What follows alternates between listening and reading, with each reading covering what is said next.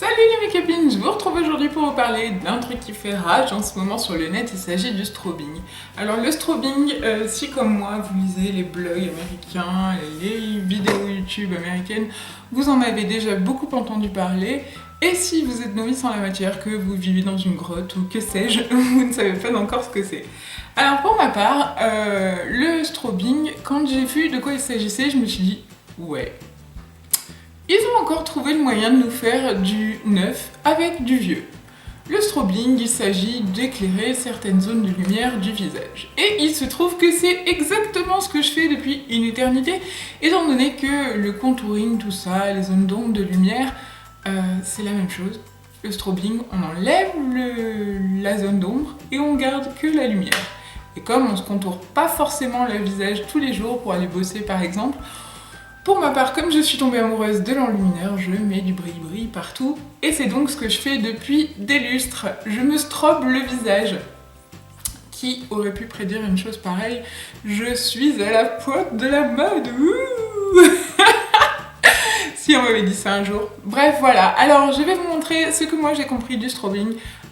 Ce dont il s'agit très exactement. Je crois que ma caméra penche un petit peu. Bon, je vais régler ça tout à l'heure.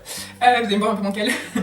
Donc voilà, alors pour le strobing, il faut une peau bien hydratée et il faut ensuite appliquer un fond de teint mat puisqu'on veut jouer sur la lumière. Donc on va pas apporter un fond de teint déjà glowy. Si on remet du glowy par-dessus, c'est un coup à se retrouver transformé en lampadaire. Déjà qu'avec le strobing, ça va être quelque chose de ultra brillant. On va faire les choses correctement et on va faire un teint bien mat. Donc je vais commencer par tout jeter par terre et je vais hydrater ma peau. Et comme je suis quelqu'un de très organisé, que j'étais tellement pressée de vous tourner de cette vidéo, que j'ai, soit dit en passant, déjà tourné par 45 degrés dans ma pièce et c'était juste ignoble tellement je transpirais les sourcils, filmé de près, c'était... J'ai donc décidé de tout refaire. Donc comme je n'avais rien préparé, j'ai dû faire une petite pause. Alors on commence par hydrater son visage, vous prenez votre crème hydratante de jour habituelle, ici moi c'est l'Aquasource de Bioterm, que je termine, qui sent le concombre et qui est hyper fraîche. C'est super agréable je trouve. C'est pas ma préférée niveau hydratation, mais elle est pas mal du tout même. Ça fait vraiment baume d'été très frais. Voilà, donc une fois qu'on a hydraté sa peau, on laisse un petit peu sécher. Et donc on vient appliquer son fond de teint. Alors moi en ce moment, comme c'est l'été, j'applique toujours le fond de teint Sephora matifiant 8 heures. Il est vraiment super top. C'est mon deuxième fond de teint depuis le début de l'été et je l'adore. Il est extrêmement matifiant, il fait une peau de velours. Il est vraiment hyper bien. Habituellement je l'applique au pinceau pour un peu plus de légèreté. Mais comme là on veut quelque chose d'extrêmement matifié pour avoir un teint parfait, on va l'appliquer à l'éponge. Je le trouve super bien.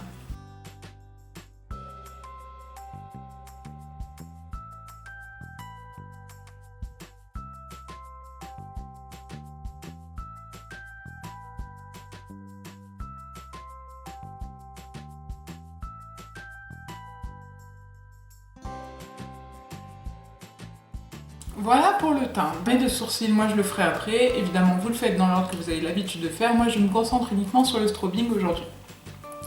Donc pour le strobing, on dit qu'il faut utiliser un enlumineur crème. Alors moi ici, j'ai le What's Up en crème, que je trouve super joli et que je n'ai pas utilisé depuis un siècle. À vrai dire, je l'avais totalement oublié. Donc je vais réutiliser celui-ci. En fait, je vais le faire avec deux enlumineurs. Je vais faire d'abord en crème pour une base brillante que l'on voit bien estampée et ensuite avec le Marie Luminizer. Que je vais faire pour illuminer comme à mon habitude. Donc on va placer sur les zones stratégiques le strobing, c'est-à-dire sur l'os de la pommette ici, sur l'arcade sourcilière. Alors certaines le posent au-dessus du sourcil, pour moi c'est pas un bon plan quand on a la peau mixte parce qu'on a le front qui devient gras à des moments et c'est pas le plus joli. On va le mettre en coin interne de l'œil, on va en mettre sur le bout du nez et certaines aussi le font le long du nez. Si vous avez une peau normale ou une peau sèche, vous pouvez tout à fait le mettre là entre les yeux ou sur le long de l'arrêt du nez. Si vous avez une peau mixte comme moi, vous oubliez, vous vous contentez du bout du nez, sinon vous allez ressembler à un beignet radioactif et c'est pas l'effet recherché. Ensuite on va faire l'os de Cupidon Et encore une fois, celles qui ont une peau normale ou sèche, vous pouvez faire le menton. Moi je m'en passe puisque j'ai une peau mixte, donc je suis très grasse de là. Et surtout, il y a cette zone là que je cherche, vous voyez, qui est très enfoncée chez moi, et que je cherche à faire ressortir, donc j'en applique ici. Donc, on commence par appliquer ici sur la pommette. On va l'estomper avec le doigt pour le fondre.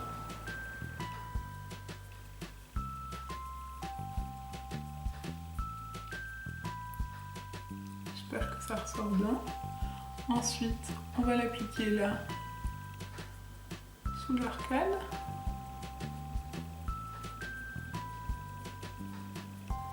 On va l'appliquer sur le nez.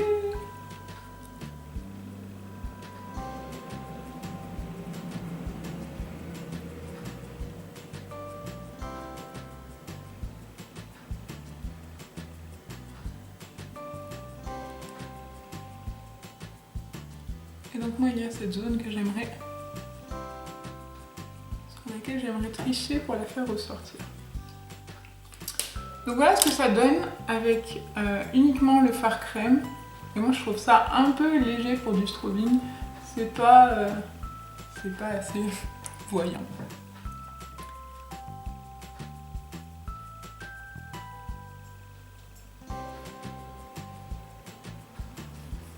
Donc ce que je fais quand je veux faire du strobing pur et dur, on va dire, après je vous montre ce que je fais tous les jours depuis une éternité. Je viens prendre mon pinceau et je viens accentuer les zones de strobing, donc ici sur l'os de la pommette.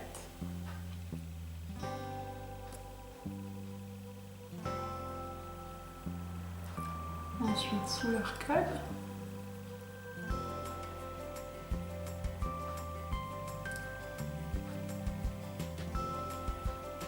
Sur le nez.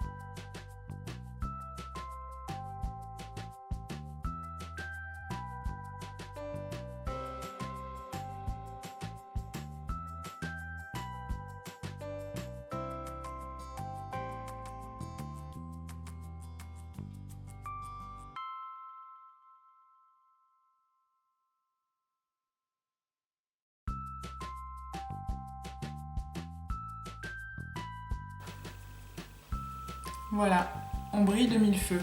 Alors si on n'a pas de enlumineur crème ou si on n'a pas envie d'y passer 4 jours tous les matins, eh ben on prend son pinceau habituel et on fait exactement la même chose et on vient appliquer là son enlumineur. On fait une forme de... Vous voyez, il y a l'os de l'orbite là, il vient ici. Et en fait, il faut suivre à peu près la forme qu'il a. On fait un cercle et un C et on revient sous l'arcade sourcilière. Donc on fait un grand C. Et moi je laisse cette partie là parce qu'en général j'ai mes fards à paupières qui remontent plus tôt. Et je viens juste remplir sous l'arcade sourcilière.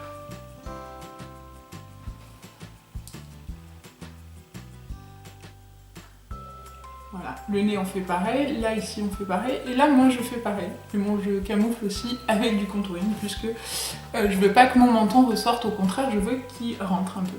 Donc vous voyez, c'est quand même hyper brillant aussi, il n'y a pas besoin de mettre du fond de teint, de l'enlumineur crème. Je vais faire le reste du maquillage et je reviens tout de suite.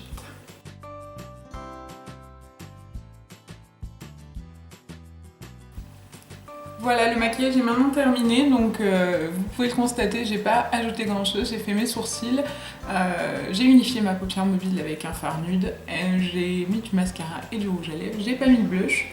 On peut très bien en ajouter, d'ailleurs je vais le faire avec vous. Je vais pas mettre de bronzer, c'est ce que j'aurais fait pour sortir avec un teint très glowy comme ça. J'aime bien mettre un peu de bronzer sans forcément faire du contouring et creuser mes joues et tout ça. Mais j'aime bien le contraste bronzer et blush. Mais là je vais appliquer bronzer et enlumineur, je dis n'importe quoi. Là je vais appliquer un blush.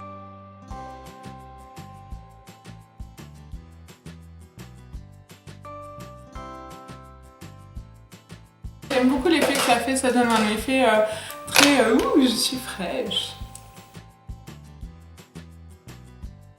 Voilà, c'était mon interprétation du strobing, j'espère que ça vous a plu et j'espère que j'ai été suffisamment claire. Si vous avez des questions, n'hésitez pas, je me ferai un plaisir d'y répondre. Et en attendant la prochaine vidéo, je vous fais plein de gros bisous et je vous dis à très vite les mes copines. Ciao ciao.